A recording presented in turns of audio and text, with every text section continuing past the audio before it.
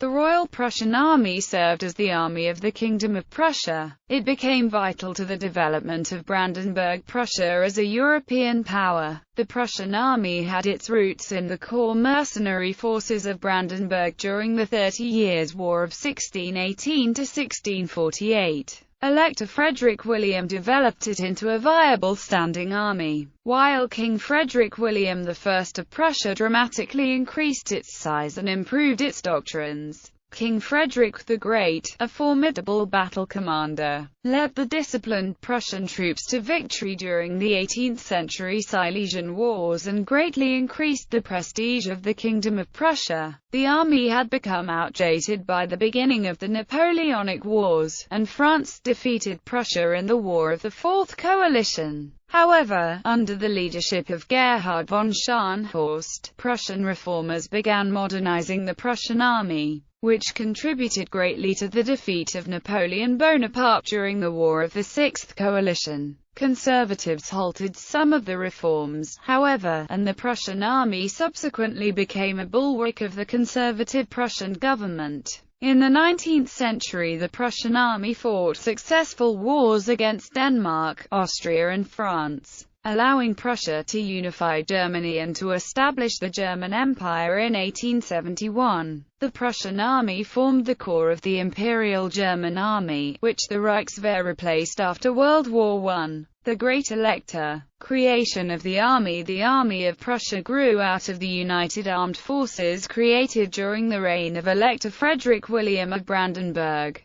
Swedish and imperial forces traversed and occupied the country essentially at will. After acceding to the electoral throne, Frederick William started building a standing army through conscription to better defend his state in spring 1644. By 1643–44, the developing army numbered only 5,500 troops, including 500 musketeers in Frederick William's bodyguard. The Elector's confidant Johann von Norpeth recruited forces in the Duchy of Cleves and organized an army of 3,000 Dutch and German soldiers in the Rhineland by 1646. Garrisons were also slowly augmented in Brandenburg and the Duchy of Prussia. Frederick William sought assistance from France, the traditional rival of Habsburg Austria, and began receiving French subsidies. He based his reforms on those of Louvois, the war minister of King Louis XIV of France. The growth of his army allowed Frederick William to achieve considerable territorial acquisitions in the 1648 Treaty of Westphalia. Despite Brandenburg's relative lack of success during the war, the provincial estates desired a reduction in the army's size during peacetime, but the Elector avoided their demands through political concessions, evasion and economy. In the 1653 Brandenburg recess between Frederick William and the estates of Brandenburg, the nobility provided the sovereign with 530,000 thalers in return for affirmation of their privileges. The Junkers thus cemented their political power at the expense of the peasantry. Once the Elector and his army were strong enough, Frederick William was able to suppress the estates of Cleves, Mark and Prussia. Frederick William attempted to professionalize his soldiers during a time when soldiers of fortune were the norm. In addition to individually creating regiments and appointing colonels, the Elector imposed harsh punishments for transgressions, such as punishing by hanging for looting, and running the gauntlet for desertion. Acts of violence by officers against civilians resulted in decommission for a year. He developed a cadet institution for the nobility, although the upper class was resistant to the idea in the short term. The integration of the nobility into the officer corps allied them with the Hohenzollern monarchy in the long term. Field marshals of Brandenburg Prussia included Derfflinger, John George II, Spahn and Spa. The Elector's troops traditionally were organized into disconnected provincial forces. In 1655, Frederick William began the unification of the various detachments by placing him under the overall command of Spa. Unification also increased through the appointment of General Kriegskommissar Platen as head of supplies. These measures decreased the authority of the largely mercenary colonels who had been so prominent during the 30 Years' War campaigns of the Great Elector. Brandenburg Prussia's new army survived its trial by fire through victory in the 1656 Battle of Warsaw. During the Northern Wars, observers were impressed with the discipline of the Brandenburger troops, as well as their treatment of civilians, which was considered more humane than that of their allies, the Swedish army. Hohenzollerns' success enabled Frederick William to assume sovereignty over the Duchy of Prussia in the 1657 Treaty of Wehlau, by which Brandenburg Prussia allied itself with the Polish-Lithuanian Commonwealth. Despite having expelled Swedish forces from the territory, the Elector did not acquire Vorpommern in the 1660 Treaty of Oliva, as the balance of power had been restored. In the early 1670s, Frederick William supported imperial attempts to reclaim Alsace and counter the expansion of Louis XIV of France. Swedish troops invaded Brandenburg in 1674 while the bulk of the Elector's troops were in winter quarters in Franconia. In 1675 Frederick William marched his troops northward and surrounded Wrangel's troops. The Elector achieved his greatest victory in the Battle of Fehrbellin. Although a minor battle, it brought fame to the Brandenburg Prussian army and gave Frederick William the nickname, the Great Elector. It also destroyed the reputed invincibility of the Swedish Carolingian army. After Sweden invaded Prussia in late 1678, Frederick William's forces expelled the Swedish invaders during the Great Sleigh Drive of 1678–79. Thomas Carlyle compared the wintertime Swedish retreat to that of Napoleon from Moscow. Frederick William built the Hohenzollern army up to a peacetime size of 7,000 and a wartime size of 15,000–30,000. Its success in battle against Sweden and Poland increased Brandenburg Prussia's prestige, while also allowing the Great Elector to pursue absolutist policies against estates and towns. In his political testament of 1667, the Elector wrote, "Alliances, to be sure, are good, but forces of one's own still better. Upon them one can rely with more security, and a lord is of no consideration if he does not have means and troops of his own." The growing power of the Hohenzollerns in Berlin led Frederick William's son and successor, Elector Frederick III, to proclaim the Kingdom of Prussia with himself as King Frederick I in 1701. Although he emphasized Baroque opulence and the arts in imitation of Versailles, the new king recognized the importance of the army and continued its expansion to 40,000 men. The soldier king. The new king dismissed most of the artisans from his father's court and granted military officers precedence over court officials. Ambitious and intelligent young men began to enter the military instead of law and administration. Conscription among the peasantry was more firmly enforced, based on the Swedish model. Frederick William I wore his simple blue military uniform at court, a style henceforth imitated by the rest of the Prussian court and his royal successors. In Prussia, pigtails replaced the full-bottomed wigs common at most German courts. Frederick William I had begun his military innovations in his Kronprinz regiment during the War of the Spanish Succession. His friend, Leopold I,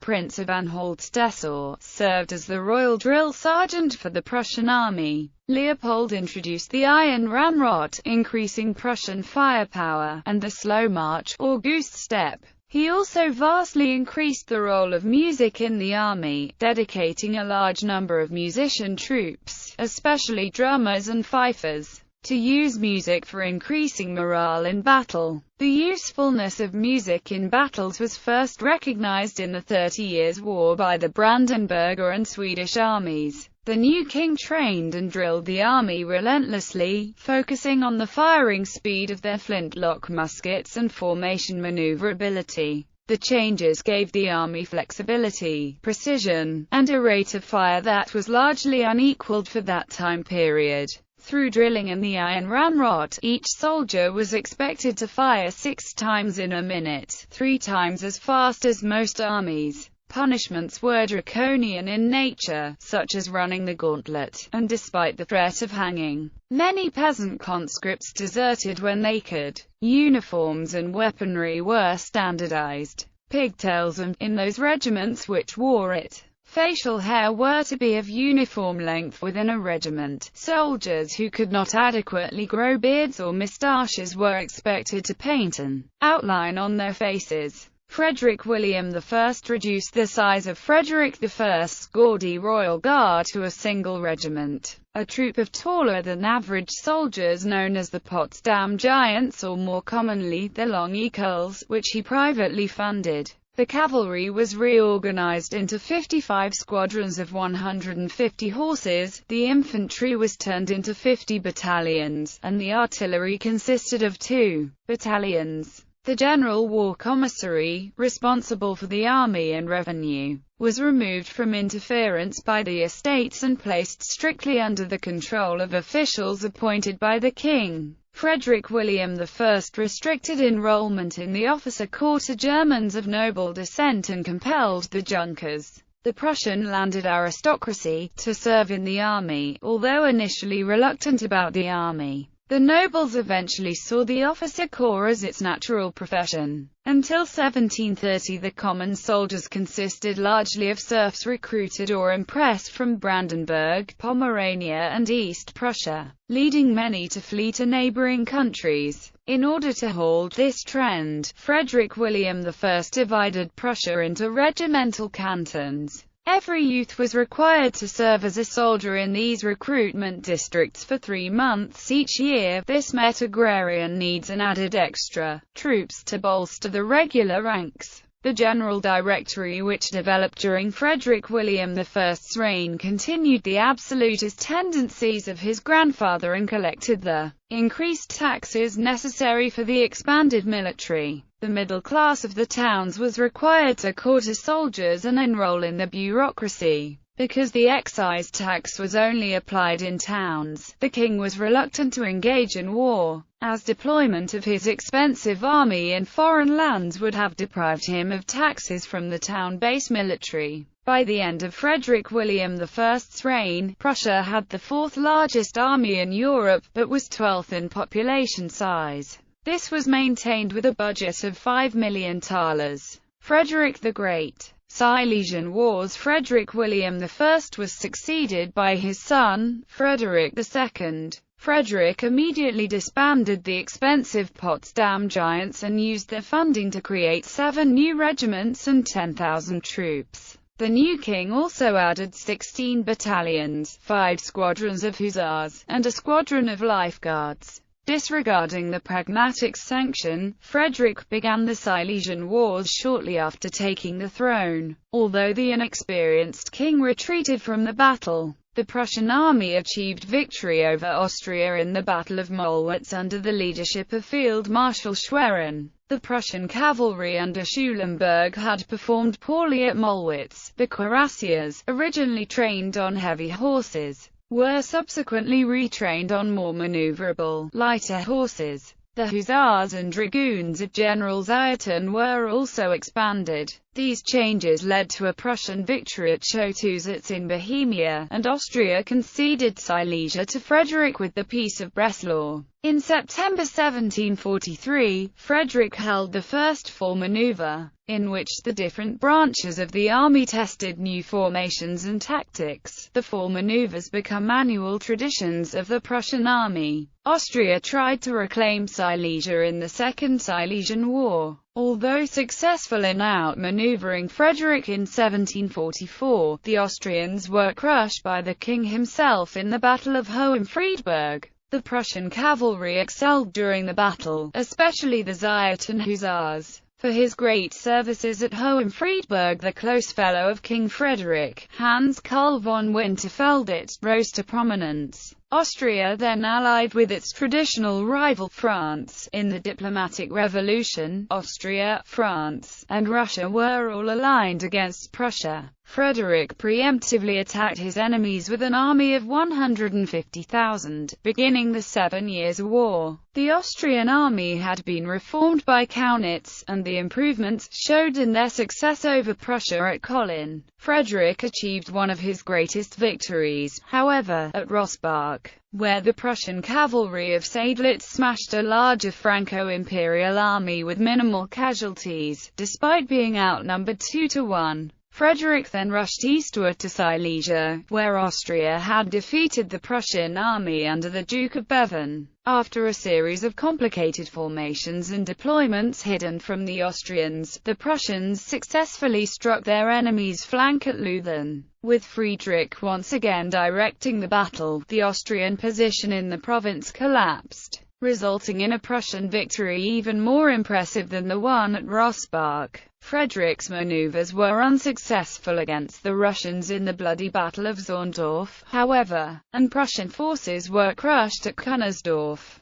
Prussia was ill-suited for lengthy wars, and a Prussian collapse seemed imminent on account of casualties and lack of resources. But Frederick was saved by the miracle of the House of Brandenburg, the Russian exit from the war after the sudden death of Empress Elizabeth in 1762. Prussian control of Silesia was confirmed in the Treaty of Hubertusburg. Severe casualties had led the king to admit middle-class officers during the war, but this trend was reversed afterwards. The offensive-minded Frederick advocated the oblique order of battle, which required considerable discipline and mobility. Although this tactic failed at Kunersdorf, it was used to great success at Hohenfriedberg and later Leuthen. After a few initial salvos, the infantry was to advance quickly for a bayonet charge. The Prussian cavalry was to attack as a large formation with swords before the opposing cavalry could attack.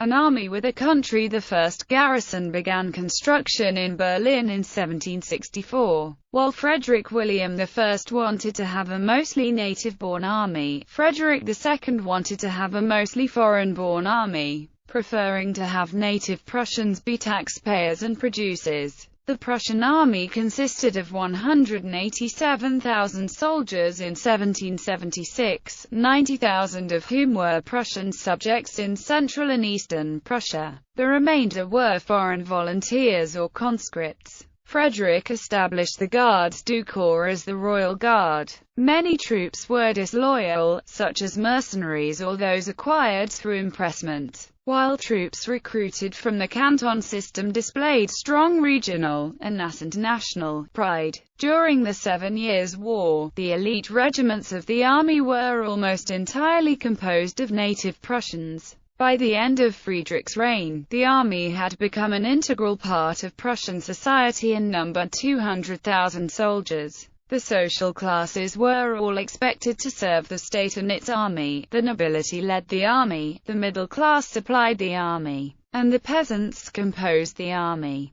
Minister Friedrich von Schrotter remarks that Prussia was not a country with an army, but an army with a country.